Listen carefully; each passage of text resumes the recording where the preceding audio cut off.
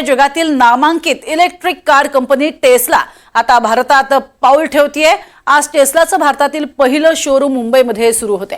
हे शोरूम हे एक अनुभव केंद्र असेल जिथे लोक टेस्लाच्या गाड्या पाहू शकतात, टेस्ट ड्राइव्ह करू शकतात। भारतात वेगाने वाढणाऱ्या इलेक्ट्रिक वाहनांच्या बाजाराच्या पार्श्वभूमीवर टेस्लाचा प्रवेश हा अतिशय महत्त्वाचा ठरेल।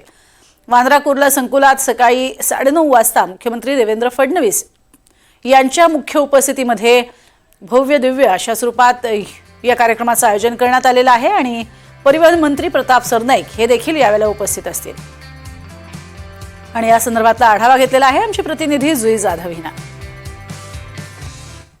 जगात प्रसिद्ध असलेली इलेक्ट्रॉनिक कार म्हणजे टेस्ला, त्या टेस्लाचं शोरूम मुंबईमध्ये सुरू होत आहे आणि मुंबईच्या बांद्रा कुर्ला कॉम्प्लेक्समध्ये या शोरूमचं उद्घाटन पार पडणार आहे। आज मुख्यमंत्री देवेंद्र फडणवीस आणि परिवहन मंत्री प्रताप सरनाईक यांच्या उपस्थितीमध्ये या शोरूमचं ओपनिंग होणार आहे। आपण जर पाहिलं तर मग टेस्ला ही भारतातील जगप्रसिद्ध अशी इलेक्ट्रॉनिक व्हेकल आहे आणि भारतामध्ये सर्वात पहिलं शोरूम त्याचं मुंबईमध्ये सुरू होत आहे। हे निश्चितच मुंबईसाठी, महाराष्ट्रासाठी एक अभिमानाची बाब आहे, कारण का भारतामध्ये याचं पहिलं शोरूम हे मुंबईमध्ये सुरू होत आहे। हे जे सेंटर आहे टेस्लाचं त्याला एक्सपिरियन्स सर्टिफिकेट देखील देण्यात आलं आहे।